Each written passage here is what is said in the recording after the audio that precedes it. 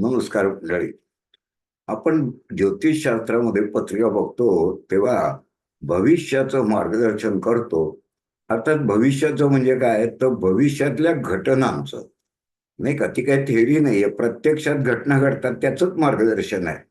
आणि म्हणून ह्या ज्या घटना आहेत त्या घडतात कशा, याला खूप महत्व आहे.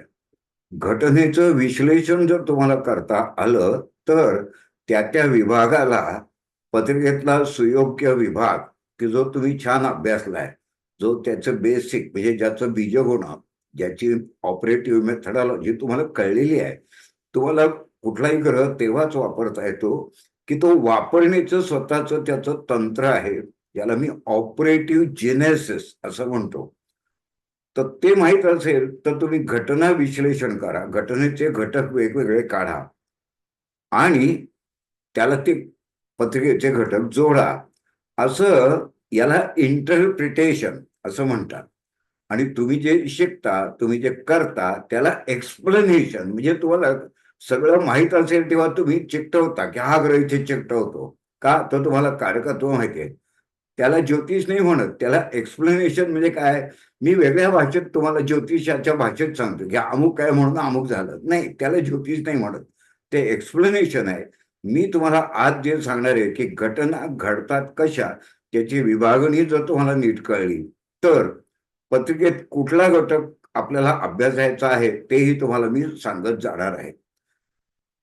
तर घटना कशी घडते, पहिलं म्हणजे क्षणोक्षणी आपण निर्णय घेतो, डिसिजन घेतो का नाही, म्हणजे आता झोपायचं का चालायचं, जेवायचं किती जेवायचं, नंतर फेऱ्या मारायच्या का, शतपावली करायची का, असं प्रत्येक क्षणी आपण निर्णय घेतो.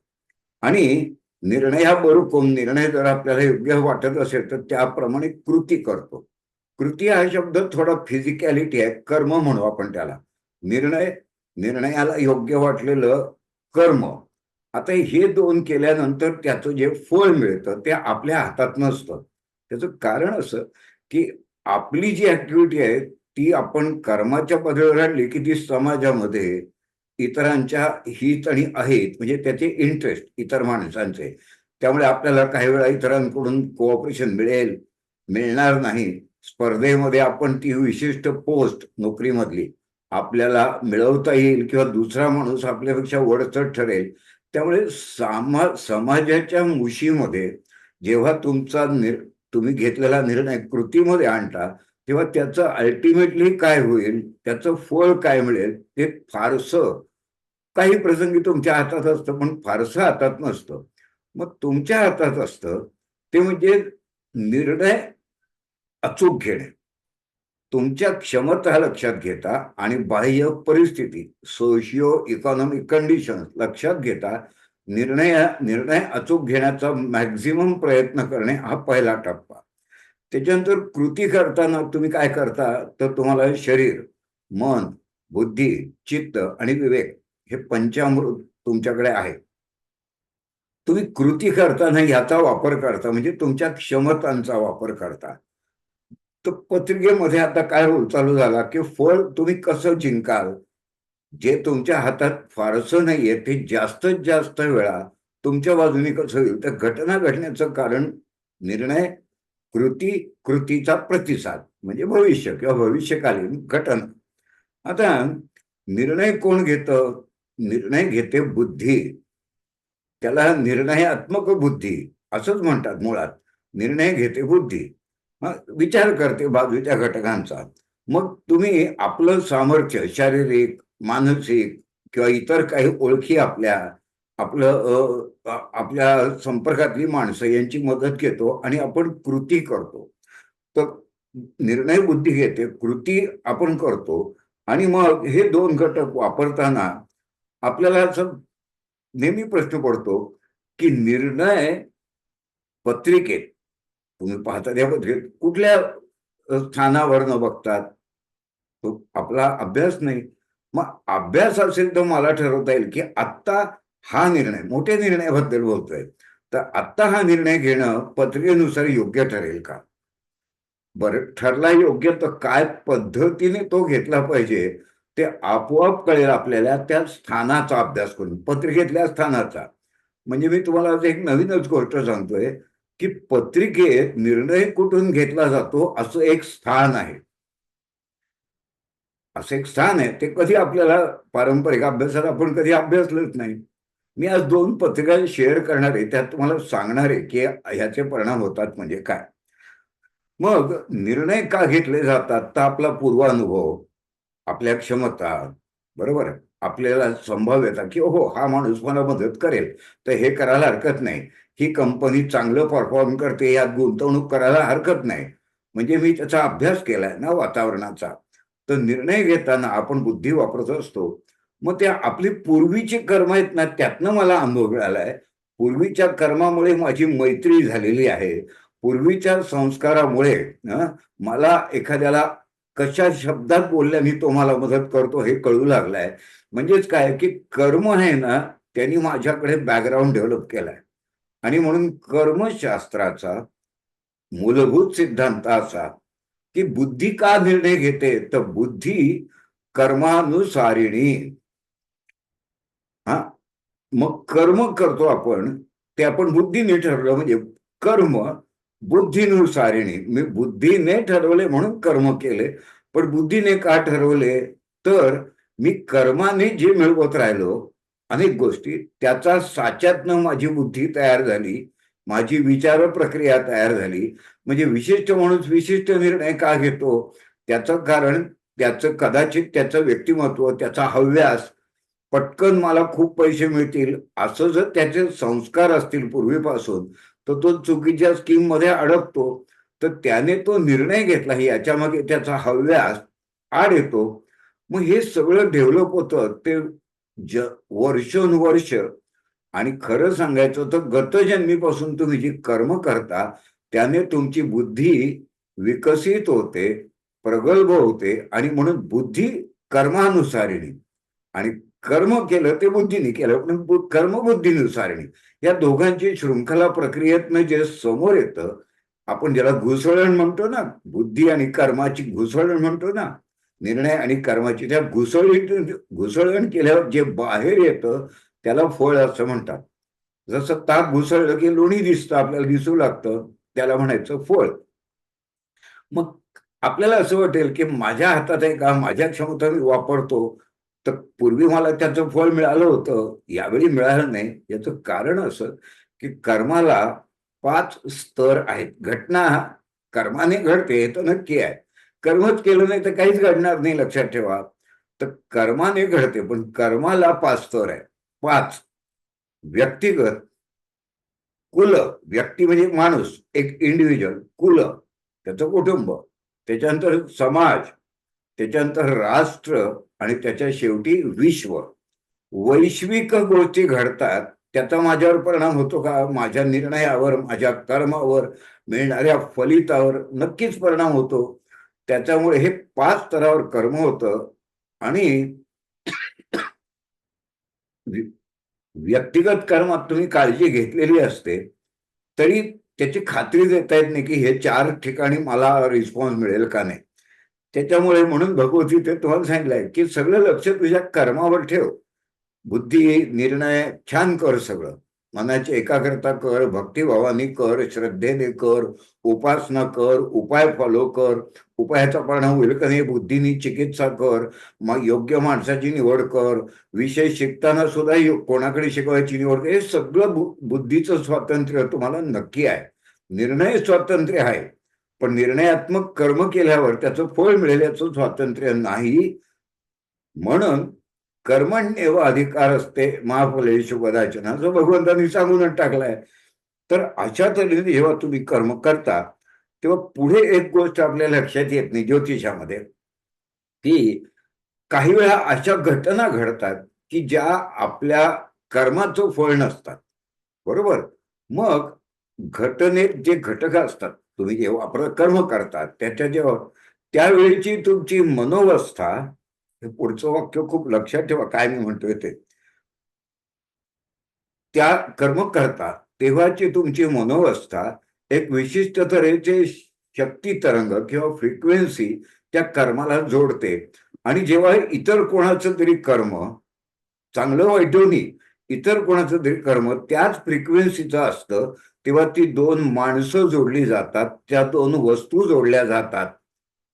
हा, त्यामुळे काय होतं की एखादी गोष्ट अनाकलनीय घडते म्हणजे काय, की माझी कर्म करताना, माझी निर्णयात्मक बुद्धी वापरताना मी कुठल्या मनोभूमिकेतून तो विचार केला, त्या मनोभूमिकेचं फळ इतरांच्याकडून माझ्यापर्यंत पोचतं.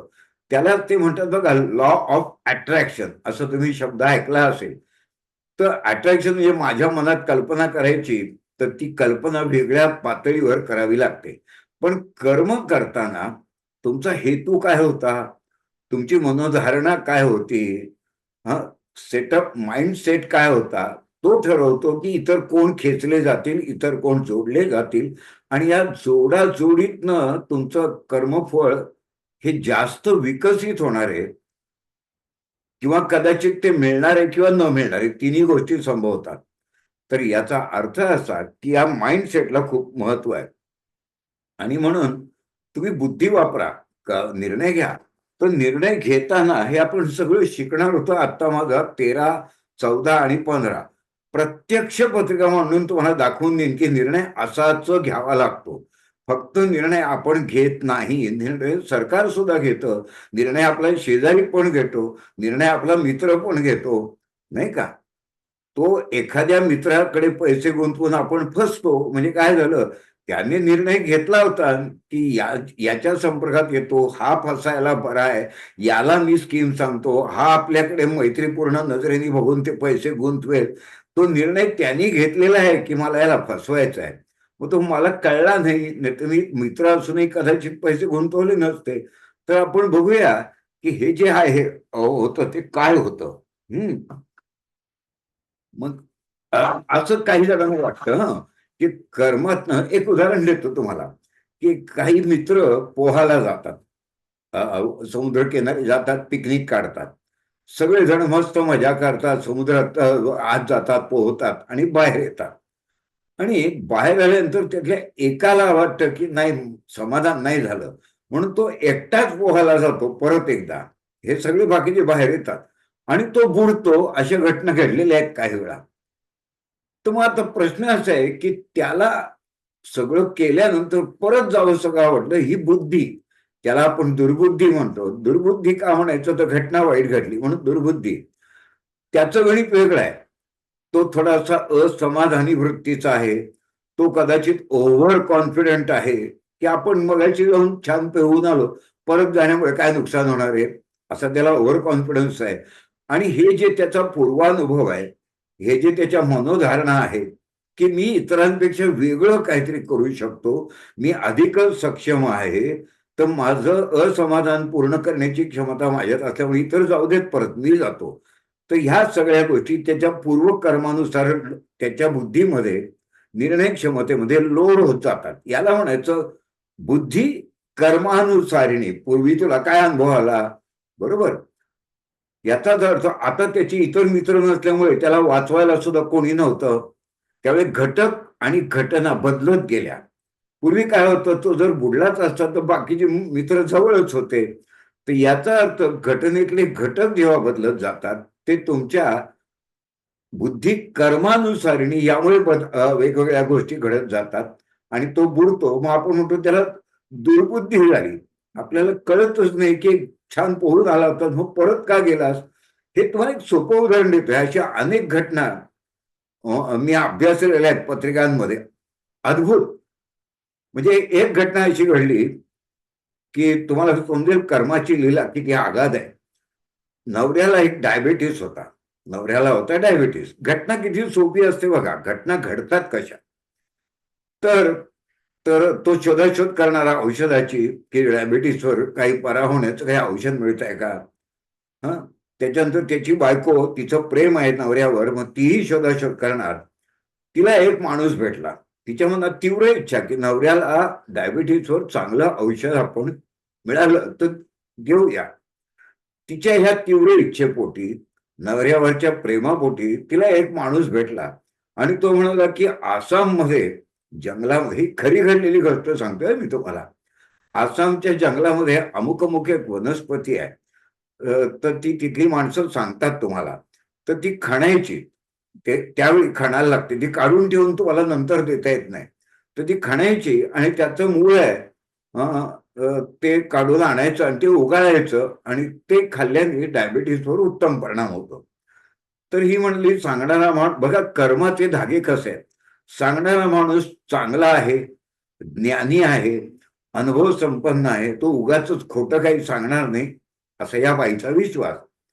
तर तिने काय केलं, तिने ती गेली तिथे, तिथल्या माणसांना भेटली आणि ते काय आसाममध्ये गेली, त्या जंगलात गेली, ते ते खणलं, ते मूळ तोडून जरा जास्त खोलात खणावं लागतं, पण तिथे खणलेलं असं फार चिंता नसते.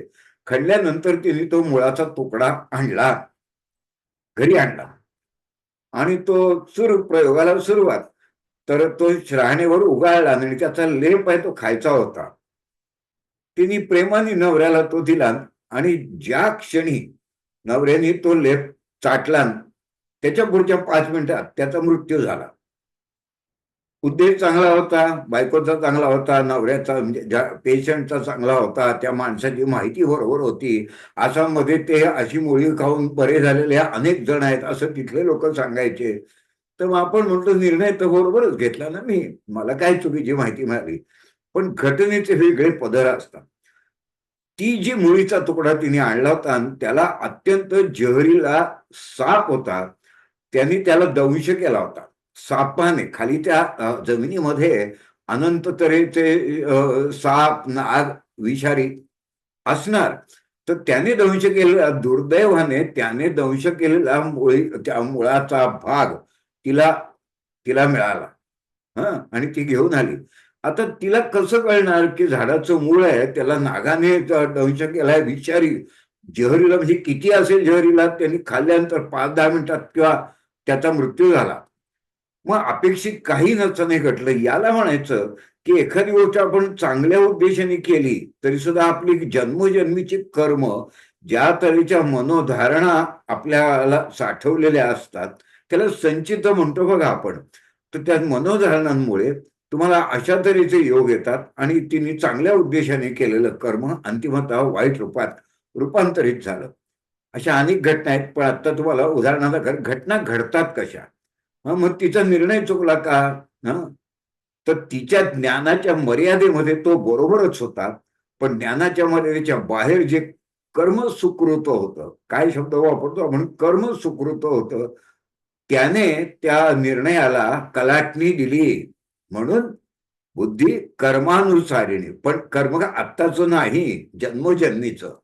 मग जन्मोजन्मीचं म्हटल्यावर पत्रिकेत तुम्हाला हेही कळलं पाहिजे की संचित कसं ओळखायचं, गतजन्म कुंडली कशी बनवायची आणि ती ऍक्युरेट बनवता आली पाहिजे की हे असं आहे, कर्मसंचिताचा दोष आहे, तो आधी दूर कर, मग ह्या जन्मीचं कर्म. बरोबर. तर आपण पत्रिका शेअर करूया, म्हणजे तुम्हाला कळेल की ह्या सांगड आहे कर्माची आणि बुद्धीची, ती आणखीन वेगळ्या प्रकारे कशी व्यक्त होते ते मी तुम्हाला दाखवतो. ही पत्रिका मी तसं बघायला गेलं ना, आता त्याची बऱ्यापैकी मांडले बऱ्याच वेळा, तरी मी तुम्हाला म्हणजे तुम्हाला कर्माचं शास्त्र सांगायचं आहे ना मला, ते सांगतोय मी तुम्हाला. तर आता ही जी पत्रिका आहे ती मुद्दाम मी त्याचे फार डिटेल दिलेले नाहीयेत. 64 सालचे जन्म असलेली पुरुष व्यक्ती आहे. तर निर्णय कुठून बघतात, तर ते तुमचा अभ्यास असेल तर एक त्यातलं पहिलं वाक्य सांगतो ना तुम्हाला. तुम्हाला मग क्लासमध्ये 13, 14, 15 डिसेंबरला माझा ज्योतिष तर्क नावाचा क्लास आहे. तर त्याच्या तुम्हाला या क्लिपमध्ये माझा नंबर सापडेल, तुम्ही त्याचं बुकिंग होईल. तुम्ही अद्भुत ज्योतिषी व्हाल. 3 लेक्चर्स आहेत, 3 दीड तासाची 3 लेक्चर. म्हणजे मी तुम्हाला खात्री देतो की तुम्ही 3 वर्षात जे अभ्यासू शकणार नाही ते मी तुम्हाला 3 दिवसात उत्तम तुम्हाला ज्ञान मिळेल. वापरयोग्य ज्ञान, उत्तम म्हणजे वापरयोग्य. तर आता एवढंच वाक्य लक्षात ठेवा, त्याचा प्रत्येक वेळी डायरेक्टली वापर करू नका, कारण त्याचे कंगोर आहेत त्या वाक्याला. क्लासमध्ये मी सांगेन हे निर्णयाचं स्थान आहे. आता ते का निर्णयाचं आहे ते काय मी खोलात आता तुम्हाला सांगत नाही. हे निर्णयाचं स्थान आहे. आता हे निर्णय चुकण्याचं स्थान आहे. हे दोन गोष्टी मी पूर्वी सांगितल्यात, आताही सांगतो तुम्हाला. ते राहूच्या महादशेत या सगळ्या गोष्टी झालेल्या आहेत या माणसाच्या. मग निर्णय काय घेतला, मग तो राहूचे महादशेत काय झालं, अमुक सगळं आहे त्यात. झालं असं की ही व्यक्ती कन्स्ट्रक्शन लाईन मध्ये होती. दुर्दैवाने आता ही हयात नाही व्यक्ती. मी गेल्या वेळेला पत्रिका मांडली होती तेव्हा ती हयात होती, परंतु ती कोट्याधीश झालेली व्यक्ती, कन्स्ट्रक्शन लाईनवर कोट्याधीश झालेली व्यक्ती अक्षरशः कंगाल झाली, कंगाल. आणि ते दोन्ही गोष्टी ह्या एकाच महादशेत घडल्या. त्या का घडल्या त्याचं मी शास्त्रीय विश्लेषण क्लासमध्ये करणारच आहे. पण कर्म कशाला म्हणतात, निर्णय कशाला म्हणतात, तर निर्णय काय फक्त तुम्ही घेत नाही, तर गव्हर्नमेंटनी जेव्हा नोटाबंदीचा निर्णय घेतला तर नोटा नाणी बघतात शुक्रावरनं, तो नीचराशित आहे, तो लाभात आहे, तो व्ययश आहे. तर याला सावध व्हायचं होतं बाह्य निर्णयापासून. गव्हर्नमेंटनी नोटाबंदी केली, त्यामुळे या नोटाबंदीमुळे त्याचं सगळं गणित कोलॅप्स झालं. पण त्याचे निर्णय होते ते पूर्वानुभवावर आधारित होते. तर ते घेतल्यामुळे ह्या निर्णयाचा त्याचा जे प्रतिसाद होता, म्हणजे ह्या घटनेला त्यांनी निर्णय घ्यायला पाहिजे होते, नंतर ते चुकले. आणि संपूर्ण गोष्ट होत्याचं नव्हतं झालं.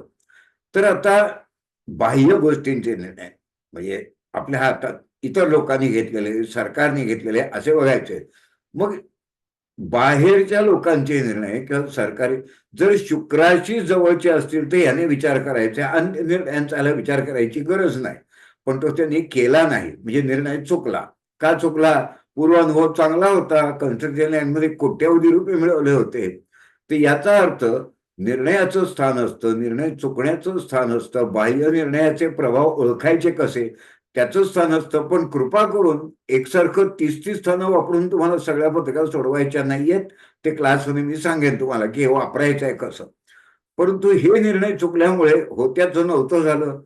मग आपण ज्योतिषी लोक करतो की जर ह्या महादेशाने त्याला कोट्याधीश केलं, उच्च चढाव होतात, तर मग त्याच महादेशात तो उत्तरार्धामध्ये भिकेला का लागला, तर याची कारणं काही आपल्याला कळत नाहीत. ज्योतिषातली बीजगुण माहीत नसतात म्हणून सुद्धा कळत नाहीत, पण कळत नाही, ती गोष्ट सत्य आहे. तर आता ह्याला म्हणायचं की निर्णयात्मक निर्णय बाह्य घटना ना, म्हणजे लोकांच्या निर्णयाला देणारा प्रतिसाद म्हणजे आपला निर्णयच आहे. लक्षात ठेव, गव्हर्नमेंटच्या निर्णयाला ह्यांनी निर्णय घ्यायला पाहिजे होता, तो चुकला. तर याचाच अर्थ असा की हे कंगोळे जर त्याला त्या माणसाला स्पष्ट करता आले तर तुम्ही त्याला मोठ्यातल्या मोठ्या संकटापासून वाचवू शकता. तुम्ही असं म्हणाल की सर हे असं सांगता, असं खरंच होतं का? तर हो, खरंच असं होतं. कारण माझा योगिक हिलिंग किंवा रंगसावल्या क्लास केलेल्या एका विद्यार्थ्यांनी आत्ता अर्ध्या तासापूर्वी मला जो फीडबॅक दिलाय रोग बरे करण्याच्या संदर्भात, ते उपाय ऐकलेत तुम्ही तर तुम्ही म्हणाल की नाही हो असं कसं होईल. तर दुसऱ्या माणसाने तिसऱ्या माणसावर प्रयोग करून आलेला हा अनुभव जर मला शेअर केला तर माझं काहीच नाही त्याच्यामध्ये. तर माझ्याच क्लासचा जो स्टुडंट आहे तो आता तो अनुभव शेअर करतोय, त्याने मला सांगितलं आता, तुम्ही निव्वळ अचंबित होणार आहात. असं ज्योतिष खरं म्हणजे तुम्हाला शिकलं पाहिजे अशा पद्धतीने. तर त्यामुळे हा विषय तुम्हाला शिकणं अत्यंत गरजेचं आहे. आता दुसरी पत्रिका शेअर करतो, त्यातही तुम्हाला वेगळ्याच प्रकारे की पारंपरिक मध्ये घटना कशा घडतात ते तुम्हाला कळत नसल्यामुळे तुम्ही किती फसता, खूपच मोठ्या प्रमाणात फसता.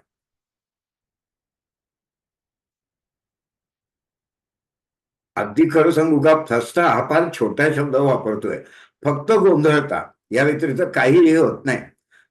याही व्यक्तीच्या आयुष्यातली घटना फार विचित्र असल्यामुळे, फारच विचित्र असल्यामुळे मी त्याचे तपशील तुम्हाला तारीख वेळ असं काही दिलेलं नाहीये. तर पहिल्यांदा असं वरती वाक्य लिहिलं की 10 वर्षे विवाहित असलेली ही पुरुष व्यक्ती आहे. काय वाक्य लिहिलं आहे?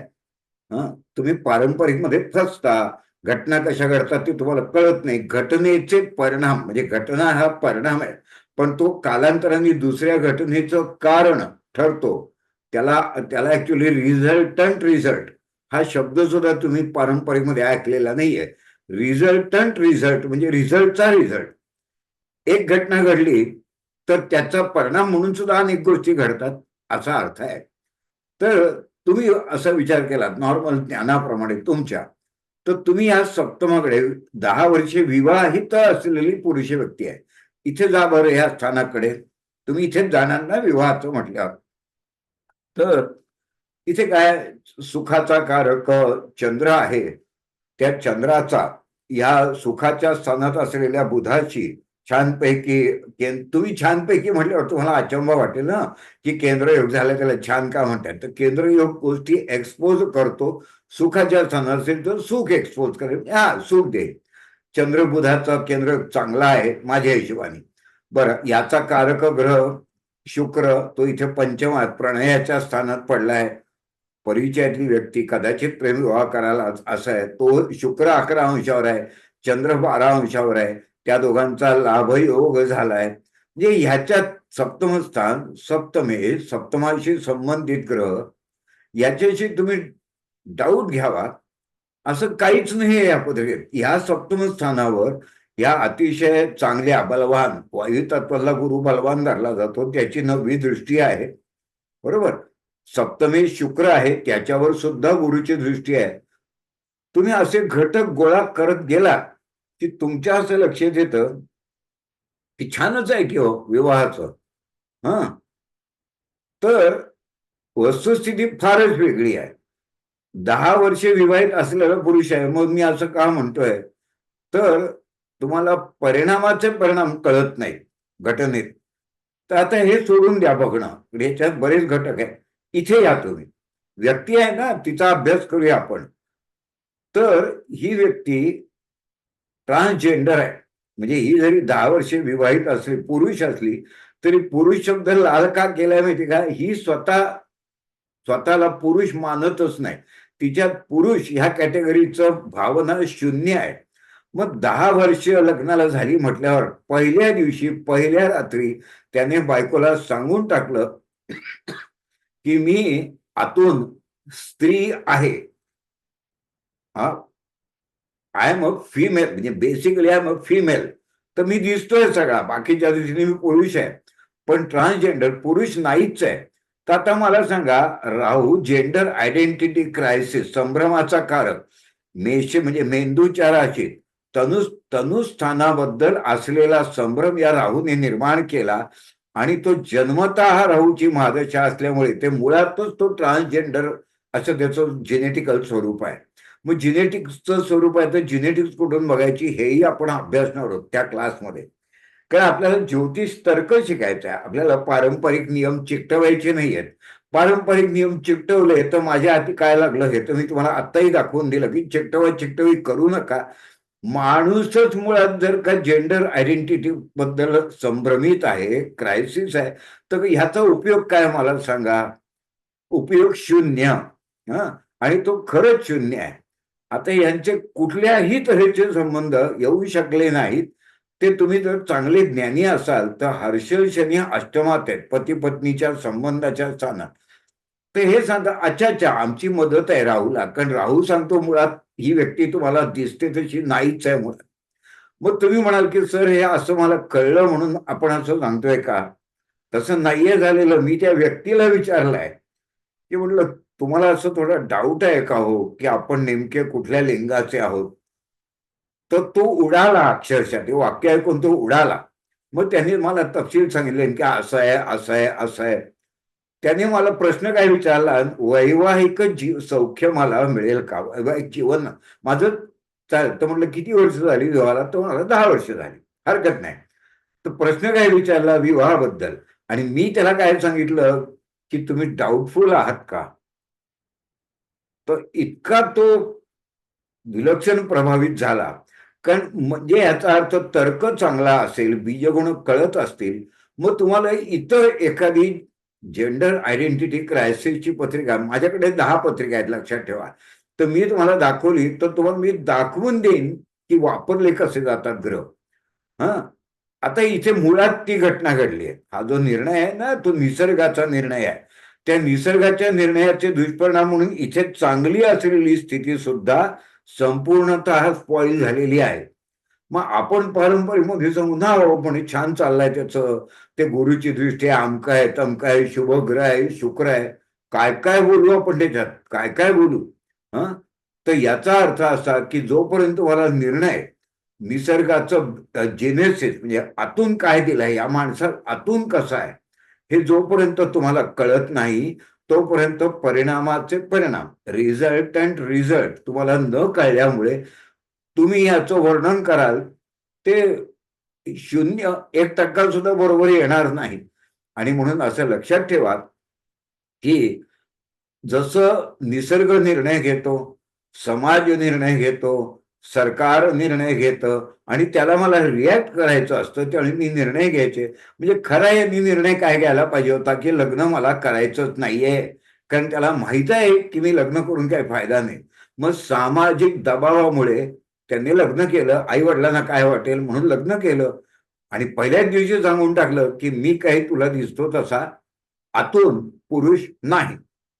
बरोबर. आता याचा अर्थ निर्णय बघायचे कुठून ते मी सांगितलं तुम्हाला. आता इथे या केसमध्ये कुठून बघायचे हा एक वेगळाच विषय आहे, तो मी शिकवेन क्लासमध्ये तुम्हाला.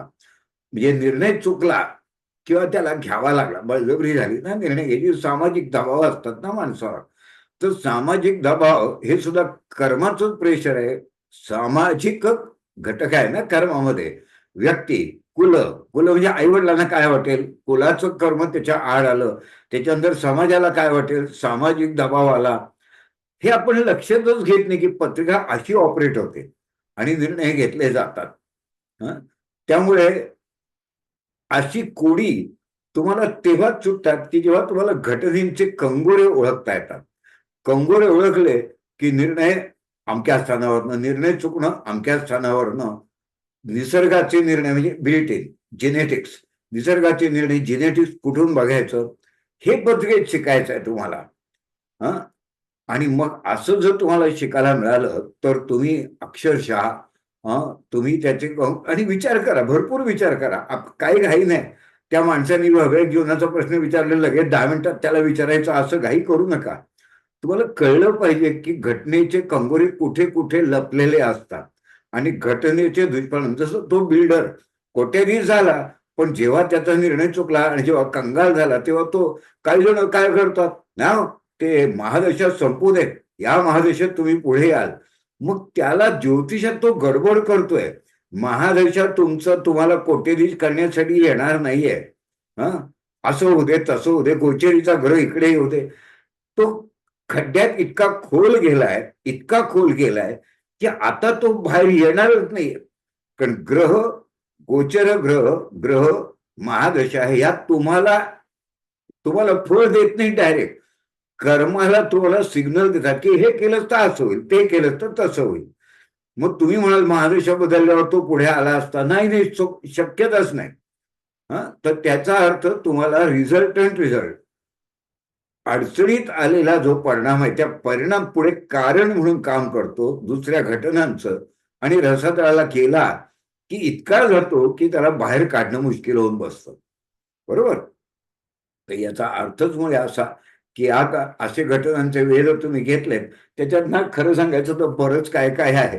तो मी ज्याच वाचून दाखवतो की मी एका ठिकाणी असं लिहिलेलं आहे की वस्तूला स्वतःचे गुण असतात व वस्तू गुणांच्या ज्या पैलूशी, फार गुंतागुंतीचा विषय पण तुम्ही एवढ्या प्रेमाने आलात तर तुम्हाला सांगतो, तर वस्तुगुणांच्या ज्या पैलूशी इतर वस्तुगुण पैलू सहकंपित म्हणजे रेझोनंट होतात, त्या बिंदूशी वस्तू जोडल्या जाऊन एक शृंखला तयार होते आणि म्हणून त्याला कर्मशृंखला किंवा घटनांची शृंखला असं म्हणतात. म्हणजे आपणच खेचलेली असतात ती माणसं, मदत करणारी किंवा मदत न करणारी, नुकसान करणारी, फसवणारी किंवा फसवण्याच्या बद्दल सावध करणारी. हे सगळ्या आपण आपल्या कर्माने, कर्माच्या वेळच्या मनोधारणेने खेचून घेतो. मग ती मनोधारणा आपल्याला शुद्ध करता येते का? हो, करता येते. अंकशास्त्री उपाय आहेत का? हो आहेत. प्रतिकात्मक उपाय आहेत का? हो आहेत. पत्रिकेत तुम्हाला अंदाज येतो का? हो येतो. आज हा मित्र मला स्कीम सांगतोय, 2 मिनिटात सांगता येतं की ह्याचा उद्देश चांगला असू दे किंवा वाईट असू दे, तू नक्की फसणार आहेस या मित्राकडून, नक्की. ह्यालाच ज्योतिषाचे गायडन्स म्हणतात. तो फसल्यानंतर तुम्ही चिकटवी करायची की तो शनी होता, तो वक्री होता म्हणून तो फसलास, याला ज्योतिष म्हणत नाहीत. तेव्हा कृपा करून सुटसुटीत ज्योतिष शिका. अत्यंत प्रभावी पद्धतीने टू द पॉइंट निर्णय चुकणे, जेनेटिक्स, घटना, घटनेचा परिणाम, पुढच्या घटनेचं ते कारण ठरलं, असं पद्धतशीर तुम्हाला शिकायचं असेल तर एक संधी तुम्हाला मी देतो आहे. 13, 14, 15 डिसेंबर ज्योतिष तर्क हा क्लास. आणि जरी तो 3 दिवसाचा असला तरी तुम्हाला माझी गॅरंटी आहे की तुम्ही 3 वर्षात जे ज्योतिष शिकलेलं नाही ते मी तुम्हाला 3 दिवसाची टू द पॉइंट सांगूनच टाकायचे सगळ्या गोष्टी. तुमच्याच पत्रिका मी मांडणार आहे, तुम्ही दिलेल्या, माझ्या नाही मांडणार आहे, मी लक्षात ठेवा. तर असं कोण कुठल्या क्लासमध्ये करतं? कोण नाही करणार. तर तुमच्याच पत्रिका मांडून तो क्लास होणार आहे. तर त्याची चौकशी करा. आता मी त्याचं काही सगळ्याच गोष्टी आता सांगत नाही. ज्याला जिज्ञासा आहे तो फोन करून माझी चौकशी नक्की करेल माझ्याकडे. आणि तुम्ही ती संधी घ्या आणि 3 दिवसात तुम्ही चांगले ज्योतिष व्हा. तुम्हाला बॅकग्राऊंड आहेच, मला काय तुम्हाला ग्रह, राशी, भाव, नक्षत्र शिकवत नाही बसायचं आहे. तर्काने ते कसे जोडले जातात हे शिकवायचं आहे. म्हणून त्या क्लासचं नाव आहे ज्योतिष तर्क. तर या अद्भुत संधीचा तुम्ही फायदा घ्यावा. आणि हा क्लास मी फक्त त्यांच्यासाठी काढलाय की जे माझ्याकडे कुठलाच विषय कधीच शिकलेले नाही. माझ्या स्टुडंटना मी सांगितलं की तुम्ही येऊ नका या क्लासला. तर ज्यांनी कधीच केला नाही त्यांनी ती छोटी अमाऊंट खर्च करून त्या क्लासला यावं अशी एक अंतिमता तळमळी पोटी विनंती करतो. आणि मी इथे थांबतो, रेकॉर्डिंग थांबवतो आहे.